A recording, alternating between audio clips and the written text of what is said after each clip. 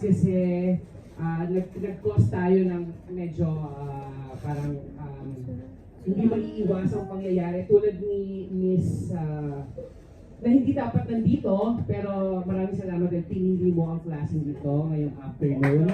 So maraming salamat. Gusto ko din mag-thank you kay Sir Gab kasi pinayagan niya na mag-merge yung morning class and then nandito siya at sasamahan niya tayo ngayong hapon. So, we have already discussed the power of storytelling, no, through multimedia storytelling. Natapos na tayo sa pre-production.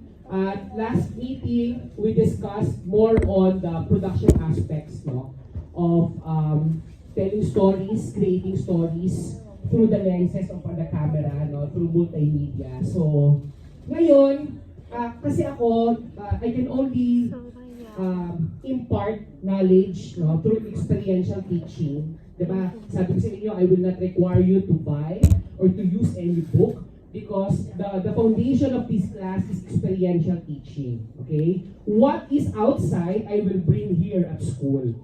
But limited ako because I'm not a director, I'm a producer. No?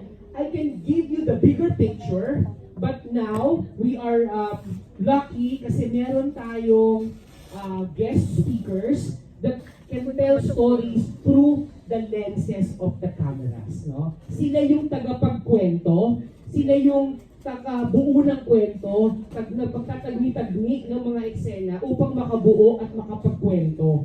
So sa pamamagitan ng kanilang mga lente, nagkakaroon tayo ng isang visual narrative or visual storytelling. Kaya this afternoon, tayo ay pinagpala, tayo ay we are lucky to have our two guest speakers. Uunahin muna po natin.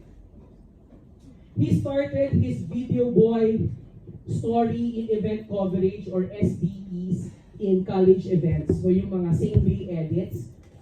He studied filmmaking in Mobile Fun Film Institute.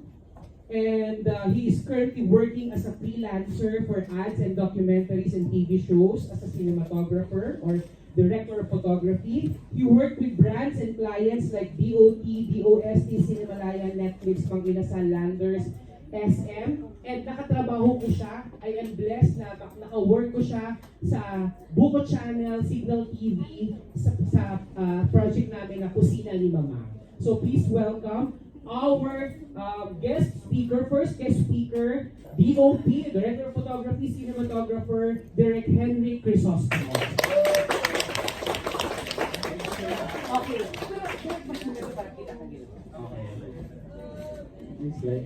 Yes. Hello po. Hello po. Ask ko lang sana kung anong year kayo. Second year po. Okay, sino dito yung karamihan gusto mag-DOP, cinematography? Taas ng kamay. Mga konti naman pala.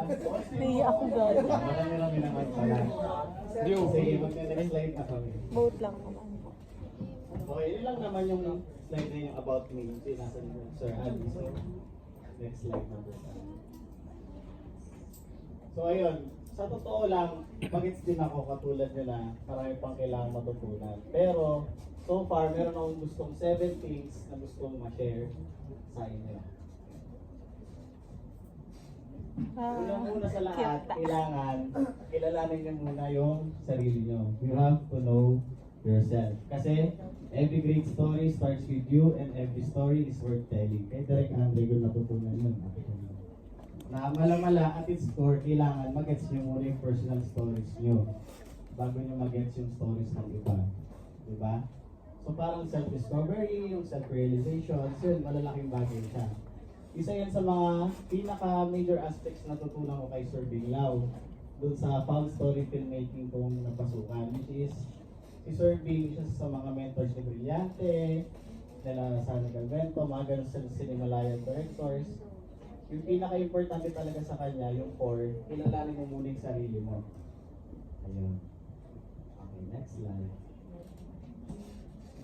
Tapos, syempre, sa cinematography, siguro alam naman ng lahat na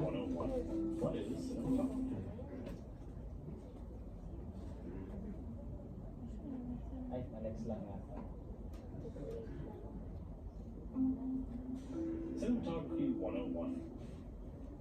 Ay, sa cinematography, kahit anong mangyari, story ang susundan natin. Story and director ang kailangan natin sundan. Kasi cinematography sa essence niya is the craft of bringing stories to life through the lens of a camera. So basically, lahat, yung department ng cinematography, yung department na lahat kung nakikita mo sa frame, involved siya. Kung paano siya na-shoot, paano siya na-craft, paano siya na-ilaw, ano yung lente na gagamitin, anong camera gagamitin, lahat yon involved in cinematography.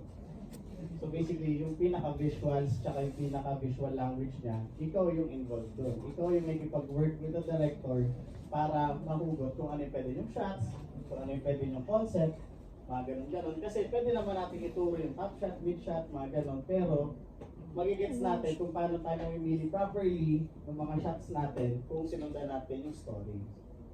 So ito yung ito years ago pa to, pero sobrang okay siya mag-explain kung ano talaga yung cinematography 101. What is cinematography?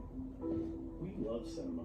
No matter how much the formats, audiences, and distribution may have changed, we've been telling stories in motion ever since the Lumiere brothers first brought us this gift. And since that inception, great makers have attempted to explain our connection. They have said that movies are dreams, that they are windows into worlds and lives that are not our own, that they allow us to sculpt through time. But as a time that restrictions are, and captures the specificity of art. For this is about the art of visual storytelling, and the heart of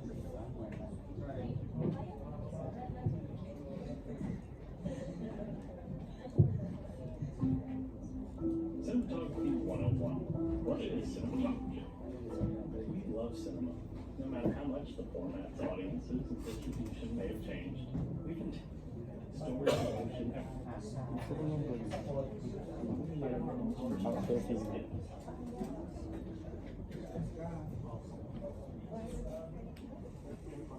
Simon, nandiyan mo si Simon.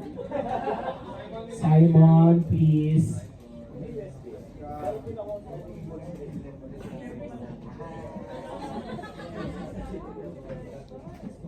Simon, hindi siya lumalabas dito sa TV, yung audio.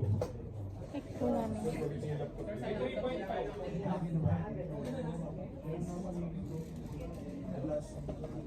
Bluetooth.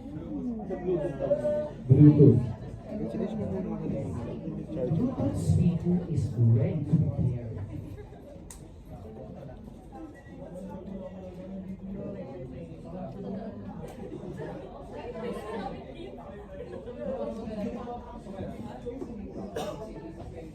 The hair is hairing.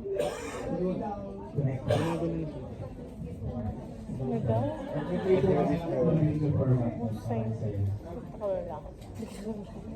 Nakusap ako. Seatmate lang ba? Meet lang tayo dito. I-charge mo na kasi. Iyak ka muna. Dapat yung habol ko. Here's some popular. Hindi ka wait sakit kasi na. Iyak ni Casey. Yun ang wait sakit kasi sa part ko ba. Ay, charge mo. Search mo daw. Yun. Ako mandamay. It's sakit lang.